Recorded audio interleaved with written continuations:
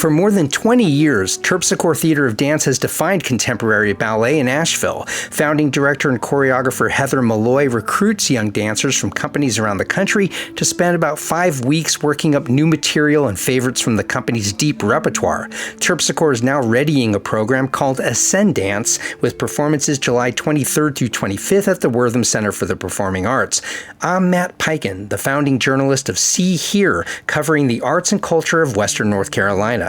Let's step into a rehearsal at UNCA's Sherrill Center and talk with Heather about her new choreography and her guiding internal compass. So you would leave this one but still by the ends? Yes. We have a 3-week rehearsal process before we go into the theater. We have a 6-hour rehearsal day, so that's a total of 30 hours of staging choreography a week. I think as an individual, if I'm going through a time period that feels traumatic for me, then I want to create something that speaks to that.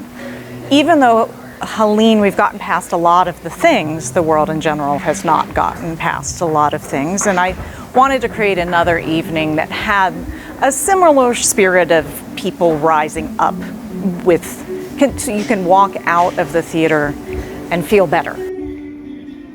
With the new work coming up for air, it starts with a very heavy section. The dancers are all in black and they have these black masks that cover their faces, and I wanted to make sure that we started with where we feel, but then we show where we can go, right? So if you have the feeling of the darkness, but then you show how you come out of the darkness into the light, that helps you go through a journey where you feel better at the end.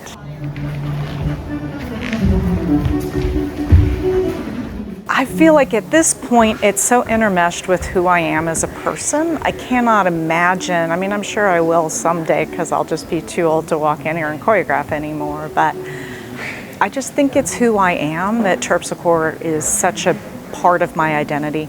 Dancers are tricky like that, so we grow up from whatever age we started. I started when I was 6, but I was dancing in my living room from 2, and you're a dancer almost before you're a person in some ways in your head.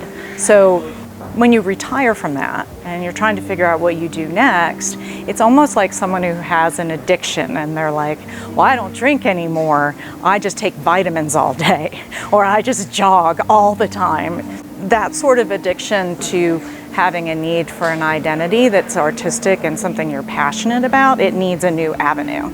And this just became that for me. And I love it. I mean, it kills me, but it kills me seasonally.